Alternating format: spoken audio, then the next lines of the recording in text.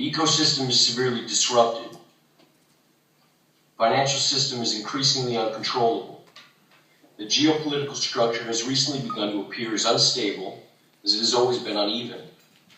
This triple crisis infuses doubt and inspires reflection about our basic assumptions, as much as inflaming cultural debates and provoking dogmatic entrenchments.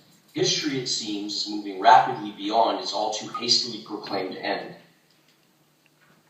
Since the turn of the millennium, moreover, the democratization of digital technologies, techniques, and tools has caused a shift from a postmodern media logic characterized by television screen and spectacle, cyberspace, and a simulacrum toward a metamodern media logic of creative amateurs, social networks, and locative media, what the cultural theorist Casas Varnelis calls network culture. Meanwhile, architects and artists increasingly abandon the aesthetic precepts of deconstruction, parataxis, and pastiche in favor of aesthetic and ethical notions of reconstruction, myth, and metaxis, or metaxis. These artistic expressions move beyond the worn-out sensibilities and empty practices of the postmodernists, not by radically parting with their attitudes and techniques, but by incorporating and redirecting them. In politics, as in culture, as everywhere, a sensibility is emerging from and surpassing postmodernism as a non-dialectical alpha bomb that negates the postmodern while retaining some of its traits. What we are witnessing is the emergence of a new cultural dominant, metamodernism.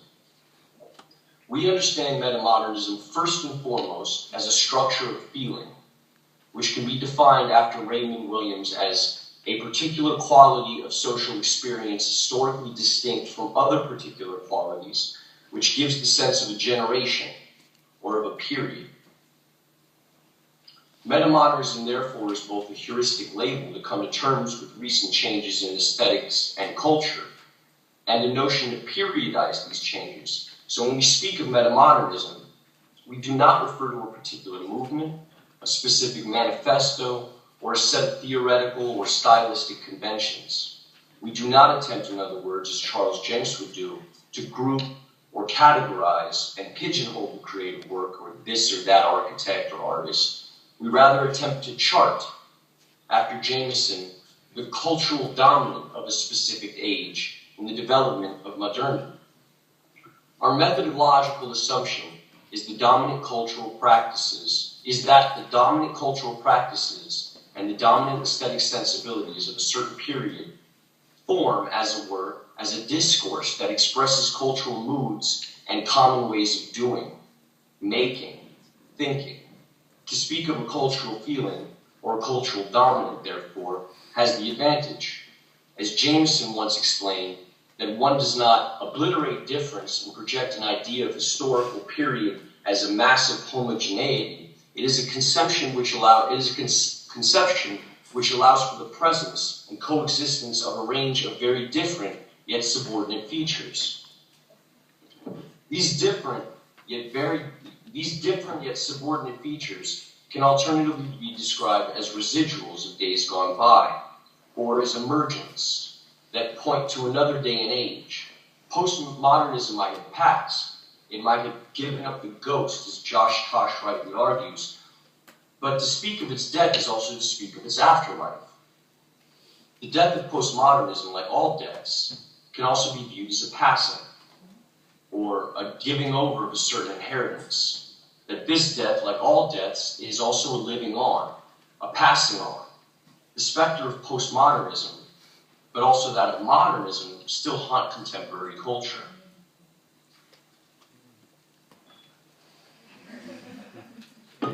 Others have started to theorize emergent structures of feelings that might or might not become dominant in the not-so-near future. The most obvious examples of such an emergence are all those practices that have become associated with the commons.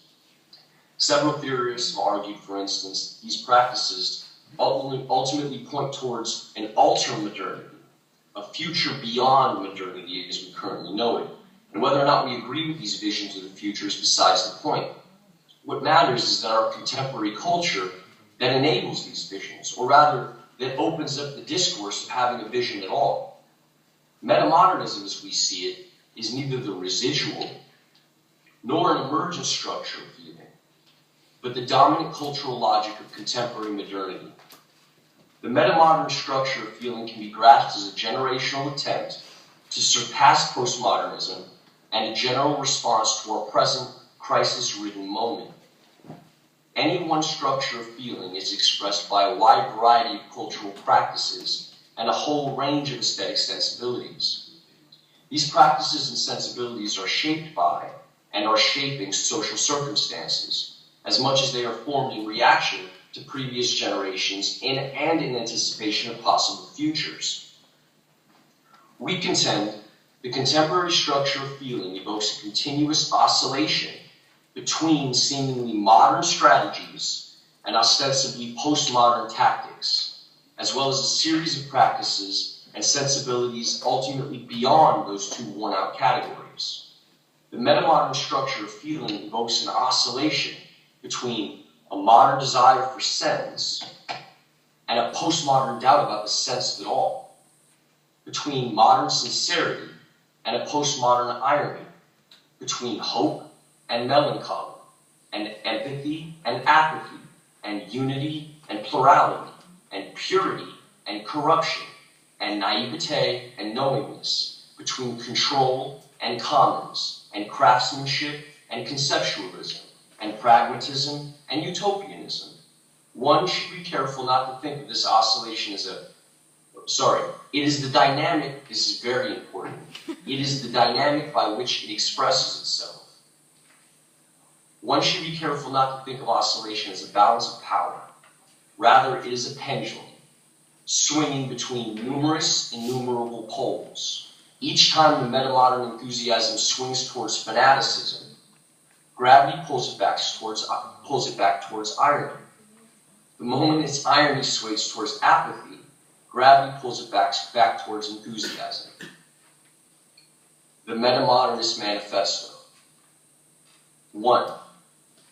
We recognize oscillation to be the natural order of the world. 2.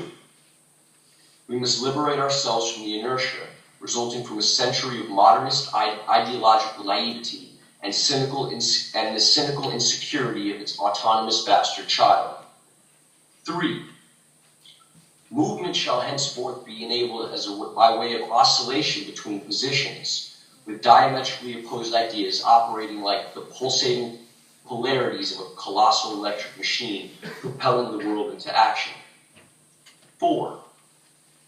We acknowledge the limitations inherent to all movement and experience, and the futility of any attempt to transcend the boundaries set forth therein.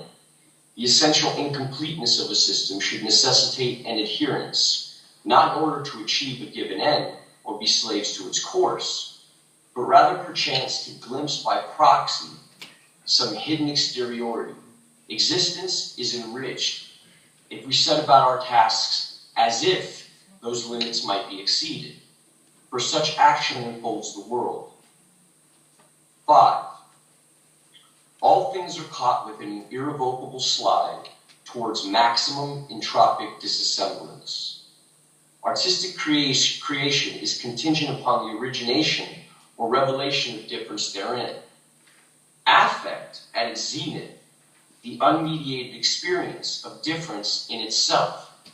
It must be art's role to explore the promise of its own paradoxical ambition by coaxing excess towards presence. 6.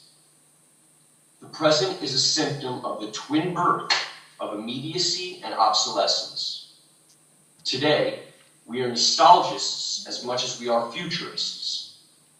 The new technology enables the simultaneous experience and enactment of events from a multiplicity of positions. Far from signaling its demise, these emergent networks facilitate the democratization of history, illuminating the forking paths along which its grand narratives may navigate the here and now. 7. Just as science strives for poetic elegance, artists might assume a quest for truth. All information is grounds for knowledge, whether empirical or aphoristic.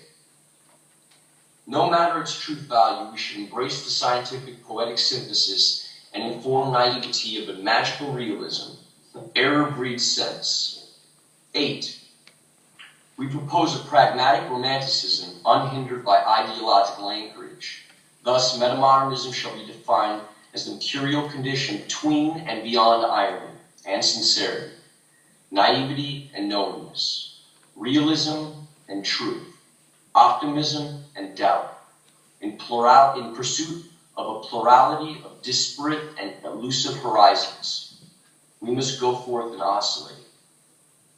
Thank you.